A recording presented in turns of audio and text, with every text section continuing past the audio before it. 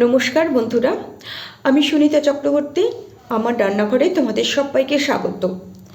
বন্ধুরা, আজকে তোমাদের সাথে আমি শেয়ার করব নিরামিষ পনির রেসিপি। তো নিরামিষ পনির রেসিপি করার জন্য আমি কি উপকরণ নিয়েছি তোমাদের সাথে শেয়ার করি। আলু কেটে নিয়েছি, আর পনিরটা এরকম পিস পিস করে কেটে নিয়েছি। কাঁচা লঙ্কা বেটে নিয়েছি, আর হলুদ, লবণ, জিরে গুঁড়ো, চিনি, এইসব সব কিছু মশলা, যেগুলো সাধারণত নিরামিষ রান্না করতে লাগে। খুব সাধারণভাবে আমি পনির রেসিপিটা আজকে করব। তো প্রথমে আমি পনিরটা ভেজে নিচ্ছি। হালকা করে পনিরটা ভেজে নেব, খুব একটা কড়া ভাজা করব না, হালকা ভেজে নেব।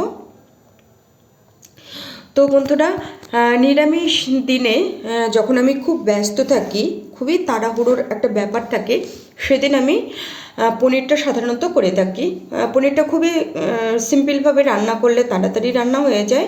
তো আমি আজকে সেরকম সিম্পলভাবেই রান্না করছি। খুব একটা বেশি উপকরণ আমি এতে দেব না।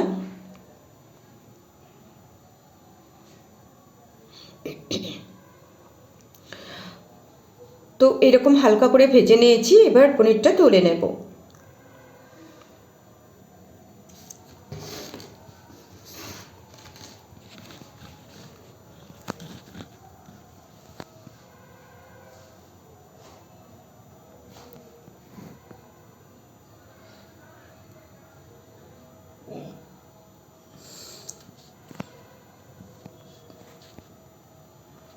এবার শুকনো লঙ্কা ফোড়ন দিয়ে দিলাম, আর জিরে ফোড়ন দিয়ে দেব।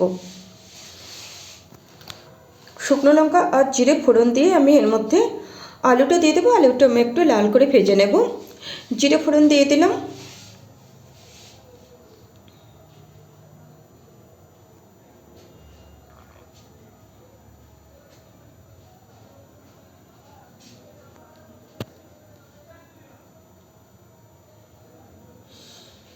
তো আলুটা লাল করে ভেজে নিয়েছি। এইবার আমি এর মধ্যে এক একে সব মশলাগুলো দিয়ে দেব। মশলা বলতে দিয়ে দিলাম পরিমাণ মতো হলুদ, দিয়ে দিলাম পরিমাণ মতো লবণ, আর দিয়ে দেব কাঁচা লঙ্কা বাটা। এই কাঁচা লঙ্কাটা আমি তেলে হালকা করে ভেজে বেটে নিয়েছি।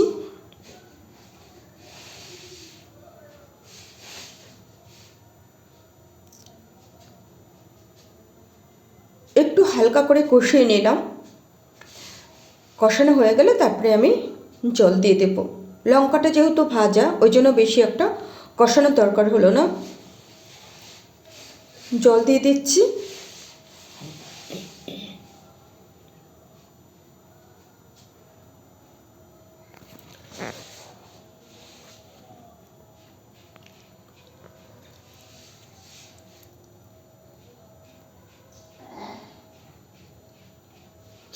এবার আমি ভাজা জিরে গুঁড়ো দিয়ে দিলাম।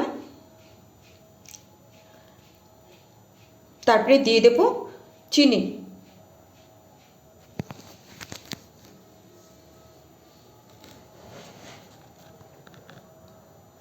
এবার আমি ঢাকা দিয়ে দেব। আলুটা সেদ্ধ হয়ে গেলে তারপরে পনিরটা দিয়ে দেব।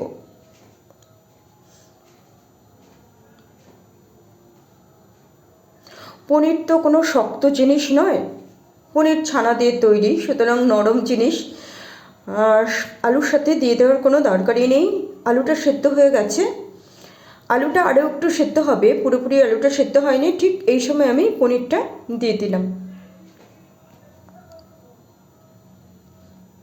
এবার আরও একটু ঢাকা দিয়ে রেখে দেব। ঢাকা দিয়ে রেখে দিলাম। আমি কিন্তু এর মধ্যে কোনো গরম মশলা ব্যবহার করব না, বা আমি কোনো আদাও ব্যবহার করিনি। একদম খুব সাধারণভাবে আমি পনিরটা রান্না করলাম।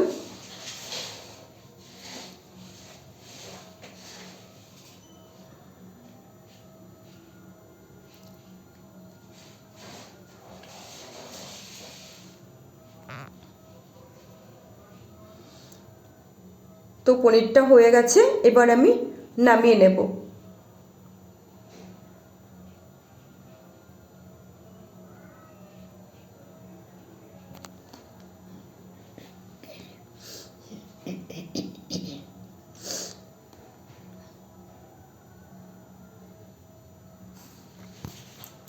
তো বন্ধুরা, কেমন লাগলো তোমাদের আজকের এই নিরামিষ পনির রেসিপিটা অবশ্যই কমেন্টে জানিও। তোমাদের যদি ভালো লাগে দেখে একটা লাইক করে দিও। বন্ধু এ পাশে থেকো, দেখা হবে নেক্সট রেসিপিতে। তোমরা সবাই অনেক অনেক ভালো থেকো, সুস্থ থেকো। তোমাদের সুন্দর সুন্দর কমেন্টসের অপেক্ষায় রইলাম। টাটা।